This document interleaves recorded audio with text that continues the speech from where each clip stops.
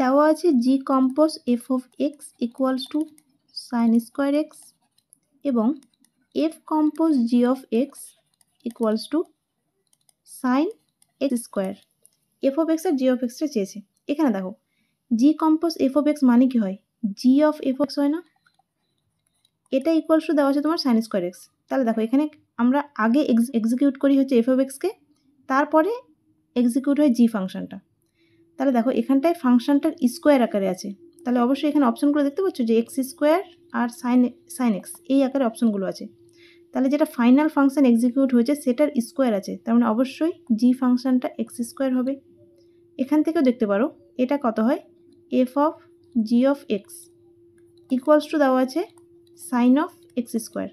তাহলে জি ফাংশনটা আগে হয়েছে, তারপরে ফাইনালি এফ ফাংশনটা এক্সিকিউট হয়েছে, বেরিয়েছে সাইন দিয়ে। ঠিক আছে, তাহলে অবশ্যই এফ ফাংশনটা সাইন দিয়ে হবে। তাহলে এখানটা অপশন কোনটা আছে, মানে এফ অফ এক্স চেয়েছে আগে, তারপর জি অফ এক্স। ঠিক আছে, তাহলে এফটা হচ্ছে সাইন দিয়ে, তাহলে এফটা হবে সাইন দিয়ে, এই দেখো সাইন এক্স, আর জি অফ এক্সটা হবে এক্স স্কোয়ার, অপশন বি। এটাকে অপশনে টেস্ট করতে পারো বসিয়ে।